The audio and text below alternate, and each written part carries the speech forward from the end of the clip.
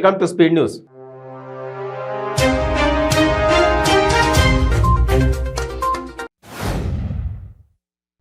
CM KCR సమక్షంలో మహారాష్ట్ర రైతు సంఘం నేత శరత్ జోషి ప్రణీత్ ఆయన మద్దతుదారులు బీఆర్ఎస్ పార్టీలో చేరారు. ఈ సందర్భంగా కేసీఆర్ ఆసక్తికర వ్యాఖ్యలు చేశారు. మహారాష్ట్ర స్థానిక సంస్థల ఎన్నికల్లో బీఆర్ఎస్ పోటీ చేస్తుందని తెలిపారు. మెజార్టీ స్థానాలు దక్కేలా ప్రయత్నించాలని పార్టీ శ్రేణులకు నిర్దేశించారు. టీఎస్పీఎస్సీ పేపర్ లీక్ సహా నిరుద్యోగుల సమస్యలపై పోరాటానికి కలిసి వచ్చే పార్టీలను వైఎస్ఆర్టీపీ అధినేత్రి షర్మిల ఆహ్వానించారు. ఇందులో భాగంగా బీజేపీ రాష్ట్ర అధ్యక్షుడు బండి సంజయ్, టీపీసీసీ చీఫ్ అధ్యక్షుడు రేవంత్ రెడ్డికి ఆమె ఫోన్ చేశారు. సమస్యలపై పోరాటానికి ఉమ్మడి కార్యాచరణ సిద్ధం చేసుకుందామని, అవసరమైతే ప్రైవేట్ బంద్ మార్చుకు పిలుపునిద్దామని షర్మిల ప్రతిపాదించారు. ఓ యువతిని పార్కు నుంచి ఎత్తుకెళ్లి కారులో అత్యాచారం చేశారు దుండగులు. ఈ ఘటన బెంగళూరులో చోటు చేసుకుంది. ప్రస్తుతం అత్యాచార బాధితురాలు ఆసుపత్రిలో చికిత్స పొందుతున్నట్టు పోలీసులు తెలిపారు. డాక్టర్ బిఆర్ అంబేద్కర్ కోనసీమ జిల్లా పి గన్నవరం నియోజకవర్గం అంబాజీపేట మండలం మాచవరం గ్రామ పంచాయతీ పరిధిలో గల ఆడ్కో కాలనీ నెలవారిపేట గ్రామస్తులు అమలాపురం నుండి రావులపాలెం వెళ్లే ప్రధాన దారిపై రాస్తా రోకో నిర్వహించారు. గజ్వేల్ మండలంలోని గిరిపల్లి గ్రామంలో డాక్టర్ బాబాసాహెబ్ అంబేద్కర్ విగ్రహానికి భూమి పూజ జరిగింది. గ్రామంలోని బహుజనులు ప్రజలు ఈ భూమిలో పూజలో పాల్గొన్నారు. ఛత్రపతి శివాజీ విగ్రహం కూడా ఏర్పాటు చేస్తామని స్థానిక బహుజన నాయకులు చెప్పారు. భద్రాద్రి కొత్తగూడెం జిల్లా పినపాక కాంగ్రెస్లో వర్గపూర్ మల్లి బగ్గుమంది సీతక్క పోదెం వర్గీయుల మధ్య ఘర్షణకు వాతావరణం నెలకొంది. పినపాకలో సీతక్క కొడుకు వర్గ రాజకీయాలు చేస్తున్నారు పోదెం వర్గాలు ఆరోపించారు.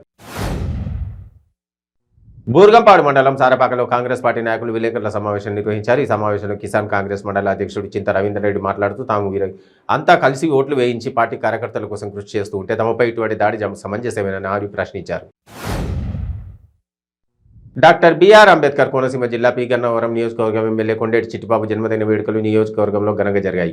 ప్రభుత్వ అధికారులు మరియు వైఎస్ఆర్సీపీ కార్యకర్తలు నాయకులు కేక్ కట్ చేయించి ఎమ్మెల్యేకు పుట్టినరోజు శుభాకాంక్షలు తెలియజేశారు.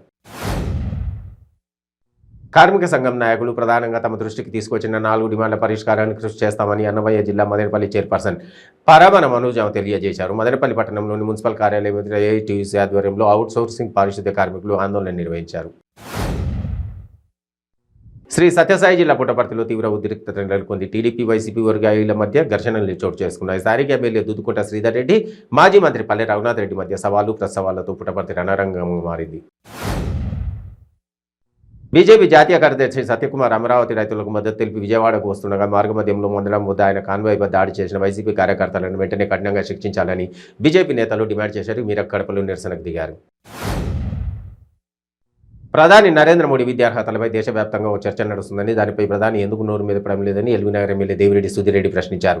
ఎల్బీనగర్ నియోజకవర్గ పరిధిలోని వీఎన్ రెడ్డి నగర్లో నిర్వహించిన ఆత్మీయ సమ్మేళనంలో ఎమ్మెల్యే సుధీరెడ్డి పాల్గొన్నారు. తెలంగాణ ముఖ్యమంత్రి కేసీఆర్ శ్రీరామనవమికి భద్రాచలంకి ఈ ఏడాది కూడా వెళ్లకపోవడం తెలిసిందే. దీనిపై బీజేపీ రాజ్యసభ సభ్యుడు కె లక్ష్మణ్ మాట్లాడుతూ భద్రాద్రి రాముడిని కూడా కేసీఆర్ అవమానిస్తున్నారని విమర్శించారు.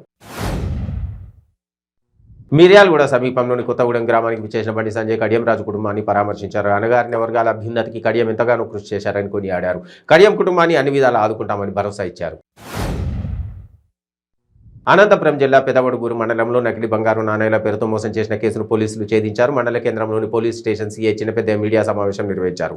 బంగారు నాణేల పేరుతో మోసం చేసిన 3 వ్యక్తులను అరెస్టు చేసినట్టు చెప్పారు. హైదరాబాద్ నగరం నడిబొడ్డున సాగర తీరాన కొత్త సచివాలయానికి కూతవేటు దూరంలో నిర్మిస్తున్న 125 అడుగుల అంబేద్కర్ విగ్రహ నిర్మాణ పనులను మంత్రులు పరిశీలించారు. ఈ భారీ విగ్రహం దేశానికి తలమానికంగా నిలుస్తుందని మంత్రులు అన్నారు. నంద్యాల జిల్లా ఔకు మండలానికి చెందిన దివంగత వైసీపీ నేత ఎమ్మెల్సీ చల్లా రామకృష్ణారెడ్డి కుటుంబంలో వారసత్వ పోరు రచ్చకెక్కింది. తనపై చల్లా రామకృష్ణారెడ్డి సోదరులు దాడి చేసినట్లుగా దివంగత చల్లా భగీరథ రెడ్డి సతీమణి జెడ్పీటీసీ శ్రీలక్ష్మి పోలీసులకు ఫిర్యాదు చేశారు.